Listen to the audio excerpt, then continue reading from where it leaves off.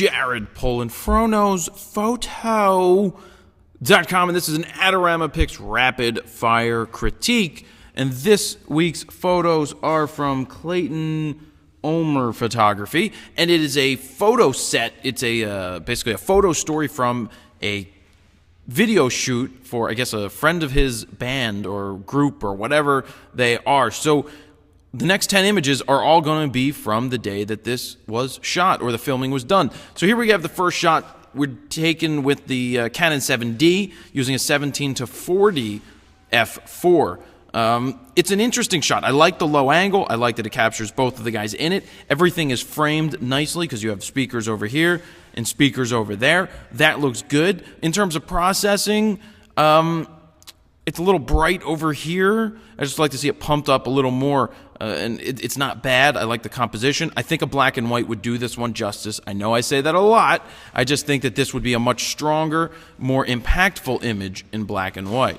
So moving forward to the next one, I like the focus on the shoes. We've got the Jordans. We've got the stuff going on in the background. I just think that this is overexposed. It needs to be brought back. It's too far to the edge where there's no detail here in the shoes. I think it needs to be brought back, and that would make it stronger. Compositionally, very nice. The angle's good. The way that the shoes are start right here, thrown off to the side, with the negative space over here, rule of thirds working very well.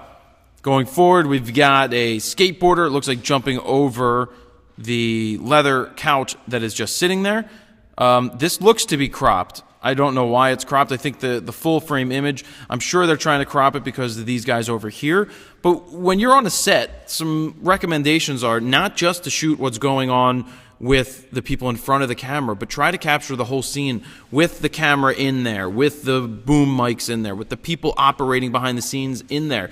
That's going to create more dimension, and it's going to help tell the photo story even better. So I do think a lot of black and whites in this set would work because a lot of behind the scenes shots seem to pop really well in black and white. So I'm not too keen on the crop here. I think that with the extra 2 inches or whatever would be done on both sides, it would be a stronger image, and seeing more of the camera people and stuff like that would be a little stronger.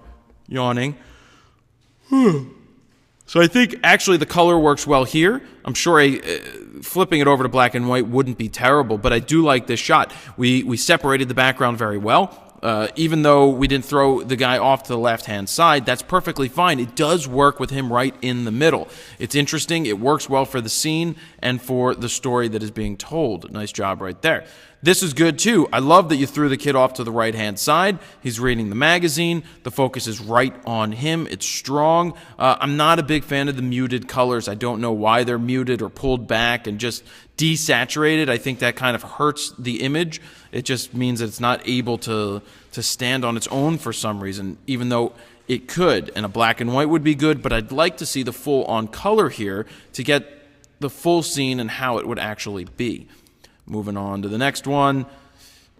Not too keen on this shot. I'm sure this is like a closer up shot for when they're in the video shooting this. I think showing more of the behind the scenes aspect with these guys talking to the camera would be even better. I just don't think it's as strong just with the composition. The angles are slightly off, and it's not a very interesting scene. It just looks like two guys talking at something. I'd like to see what they're talking at, and I think that would make it stronger. So it's very close, but again, it's desaturated. I'm not sure what's with the whole desaturation of the photos. Yeah, this is a little better. So here we go. We're using two out-of-focus objects behind the scenes to draw you into the center of the frame. Again, I think the black and white would be strong. Try not to cut off their feet. I think cutting off their feet definitely hurts here because there is enough negative space, enough dead room right here that if you lowered the frame slightly when trying to get the feet in there, you would get all of the feet in there and it would be much stronger. So just keep that in mind when composing next time. This is nice. I know this was done with the 70-200. Great separation from the background. Nice reflection in the glasses. Just very sharp, nice tones. Again, it's muted. Not sure why it's muted. But other than that, composition is great. The processing is very good, sans the color. I'm not sure about the color still. But everything else other than that is really good. Moving forward, here we go. We've got more of the behind-the-scenes look. This is what I was talking about. It's a black and white. For things like this, try taking a little lower angle and watch for Watch for mergers in the frame. When I say a merger, it's things that are popping into the corners of the images that could be cut out that shouldn't be there. In this case, it's whatever this thing is. It's kind of distracting in the bottom corner. I think a lower angle, maybe even moving over to the side, would be much stronger. But this is along the lines of what I was talking about. You've got action going on in the background. You've got reflections in the mirror. You've got the two guys shooting the video. So I think that's much stronger. Nice job right there. Moving on to the last one. It's all right. You know, we've got the guy laughing. He's out of focus. Lower angle, too much dead space up top. Pump that contrast more. I'm not a big fan of the split tone in this one. And honestly, I'm not sure that anything is really in focus. I know it's hard to tell here.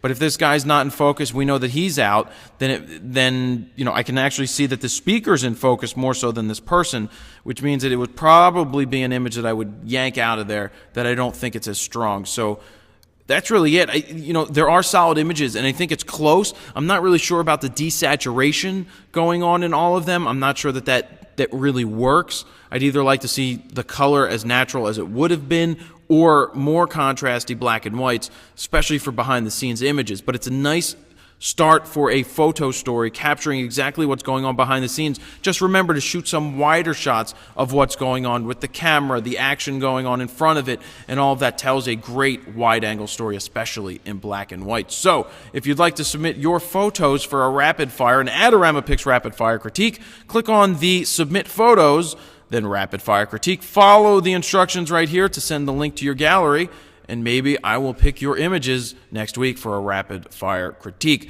There you have it, Jared Polin, FroKnowsPhoto.com. See ya!